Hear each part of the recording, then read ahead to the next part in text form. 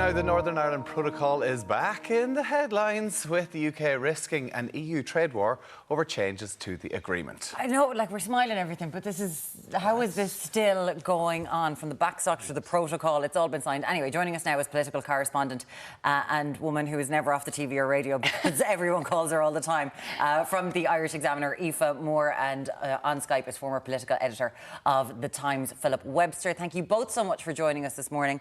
Aoife, yesterday it had been mooted since last week that they were going to change the bill to deal with the Northern Ireland Protocol. Now it has been done. Liz Truss announced it yesterday. What's been the reaction? Yeah, disappointed but not surprised is what we were hearing a lot yesterday. You know, we had very firm words from the Taoiseach, from Simon Coveney. The Taoiseach said yesterday it was a new low for Britain. Simon Coveney said that they were acting in bad faith. You know, Liz Truss, the Foreign Secretary in Britain, said that they had tried to negotiate, but they couldn't come to a compromise. Now, when Simon Coveney was telling us that Liz Truss hasn't been at a meeting since the 24th of February, he said that reasoning didn't stack up. You can't negotiate with yourself, and the EU didn't have anyone to negotiate with. I think it's very clear from what Brussels and Dublin are saying is that the UK really weren't interested in any way in any kind of compromise, and they were going to run roughshod through the protocol anyway. But is this because of in-party politics within the Tory party? Obviously, Boris Johnson is very much under the cosh, and also to placate the DUP in Northern Ireland. Is it a mixture of the both? Yeah, it's a mixture of them both. Like, Liz Truss has leadership ambitions. We know Boris Johnson is on the ropes. He survived his vote of no confidence, but much less majority than Theresa May did, and she still had to go 6 months after hers. We know that they want to placate the hard Brexiteers in their party, the ERG.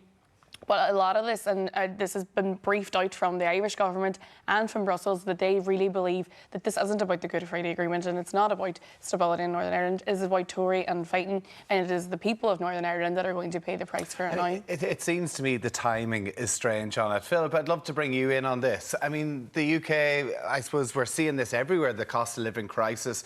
There's potential of going into recession over in the UK at the minute, and there's a lot of infighting. I mean, what's the reasons, the UK's reasons, for trying to make changes to this treaty that was agreed by both sides and it was seen as an oven-ready deal given to the people over in the UK? Yeah, I mean, you've already hit the spot there, I think. I mean, there are a lot of Conservative MPs who are trying to save Boris Johnson, who's in this terrible, weak position at the moment, who believe that Brexit worked for him in the past, and they hope that the Brexit magic will work for him again. And it's almost back to the future here at the moment. You've got groups like the ERG who get their power from being able to drive Boris Johnson on matters like Brexit. Suddenly they're back in the ascendancy again. They've set up their own little star chamber, they call it, to examine this bill line by line, and they're enjoying it. And Boris Johnson needs the support of the Tory right to survive. A lot of people are very surprised that he's still there. I think most former prime ministers who had 148 MPs voting against them would have gone by now. But Boris Johnson's not a resigner. But to stay there, he needs the Tory right. So quite a few right-wingers were among that 148. And they've taken a calculation here that one way of saving him is to get Brexit back up there in lights. Now, I doubt very much whether the British public want another few years of talking about Brexit, but that's what could be happening now. This bill could take a year and a half to get through Parliament, and there'll be all the other subjects you mentioned, cost of living, whatever. Brexit will be up there with them. And Philip, obviously, you know, there's an awful lot. He is a person who likes to play puppet master, to move things to his own accord. And as you said, he's not a person who leaves a job. He has been fired in the past. But they're breaking international law, right? And he is justifying it on the doctrine of necessity, which provides a clear basis in international law to justify the non-performance of international obligations under certain exceptional and limited conditions, which is normally invoked during a time of war. This is affecting the Good Friday Agreement and the people of Northern Ireland who didn't want Brexit. So how in God's name can people keep on going with this? Is someone not going to stand up and go, hold on a second now, this isn't worth it because we're talking about sausages here? Yeah, I think you're dead right. And not many people are convinced by the doctrine of necessity as used by Liz Truss yesterday and by the government's lawyers. Nobody very convinced about that at all. Most international lawyers who had their say last night thought this was pretty dubious. And yes, this bill is not by any means through.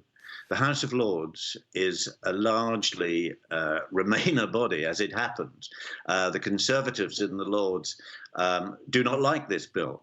Now, the House of Lords is not supposed to stop bills that have been supported by the elected House. I imagine this bill will get through the House of Commons. But the House of Lords has a duty to obstruct bills which it considers to be constitutionally dodgy. Yeah. And there's no doubt that they would regard this bill as constitutionally dodgy. And if they take their opposition to the ultimate, they can delay this bill for a year.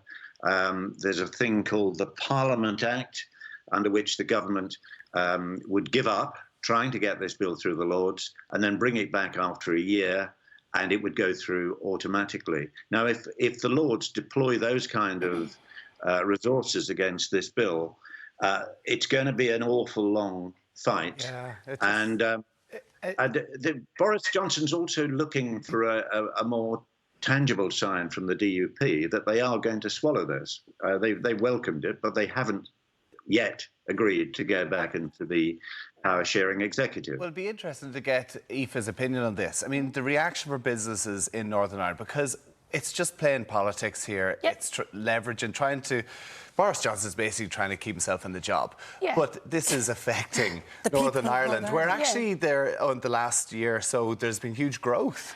I think it would be easier to take if it wasn't so insulting to our intelligence. You know, every business group in Northern Ireland has said the protocol is working for us. We heard from the chair of manufacture in Northern Ireland yesterday. He said that he has members who said their order books have doubled and tripled through the protocol. They know there are some issues with it. Nobody wants more paperwork, but we have this prime position between the UK and the single market, which makes Northern Ireland a great place to be. It is outperforming every region in the UK other than the City of London economically per capita.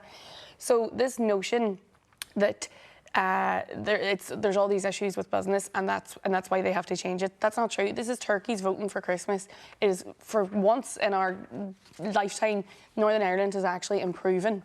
And now the Tories are going to run roughshod through that and change it. And I understand from a culture point of view for unionist communities, they are British and they want to feel British and they don't want anything that separates them.